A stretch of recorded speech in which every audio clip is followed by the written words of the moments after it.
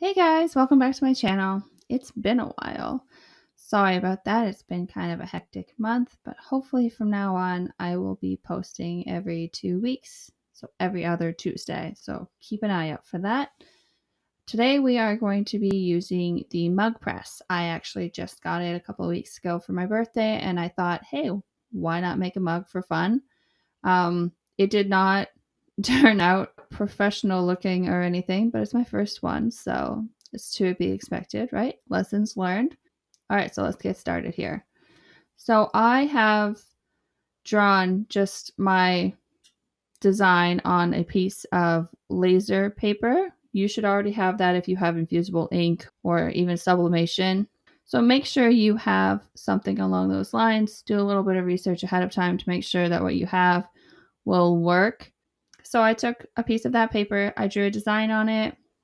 This is just of all of my animals and all of my siblings' animals because my parents don't have any grandkids. They have lots of grand fur babies and they like to bug us about it a lot. So I thought I'd make a mug about it.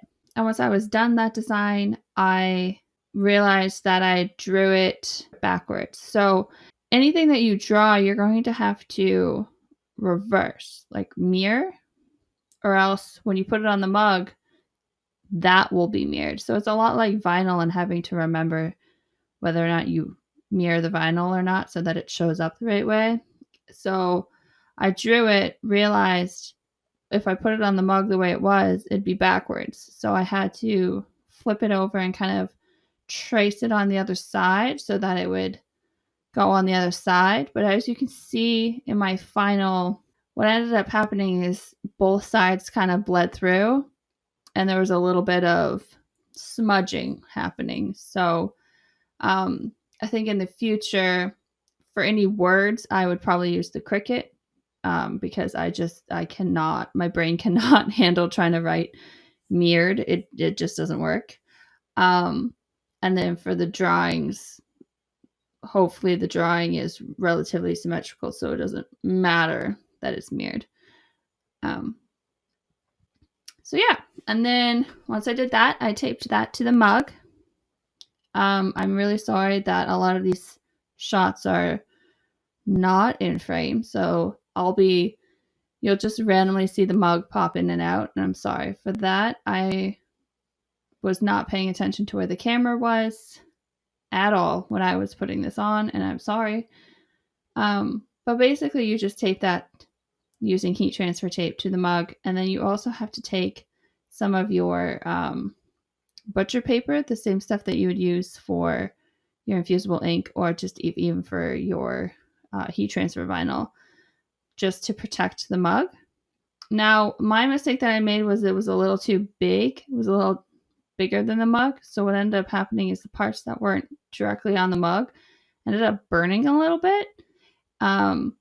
Not a big deal. It's, my house didn't catch fire or anything, but not the greatest smell.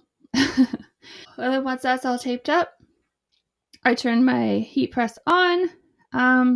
Side note is you should maybe consider turning it on ahead of time while you're doing this. That way you're not waiting as long as I had to wait.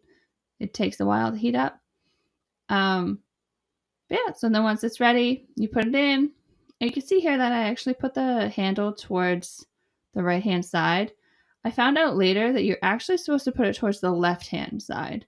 That's why I was struggling so much to close it. And that's actually why it didn't turn out the greatest, I found. So if I try it again with the left-hand side, hopefully there'll be less burning and less smudging. And then we just wait for the heat press to do its thing and go through all of these lights. It actually took I think it was 15 minutes or something. It took a while for it to go through all of the lights. And then you gently take it out. Try not to burn yourself. Do not touch anything but that handle.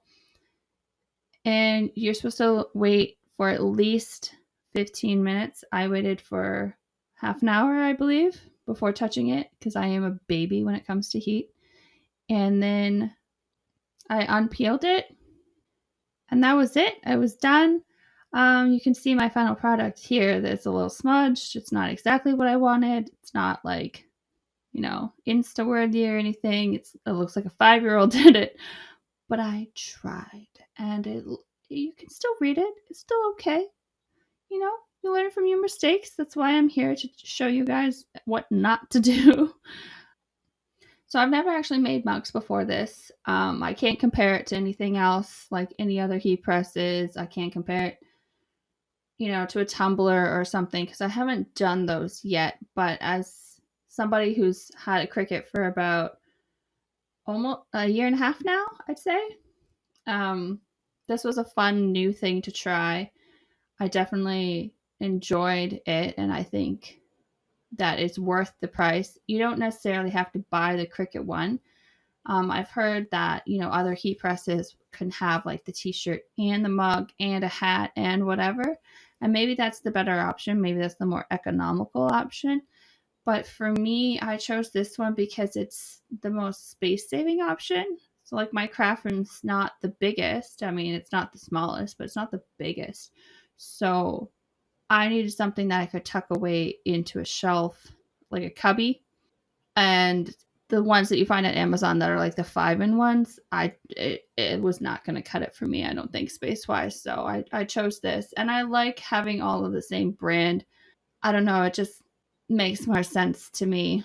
So those are my 2 cents, and I'll see you guys in 2 weeks. Bye.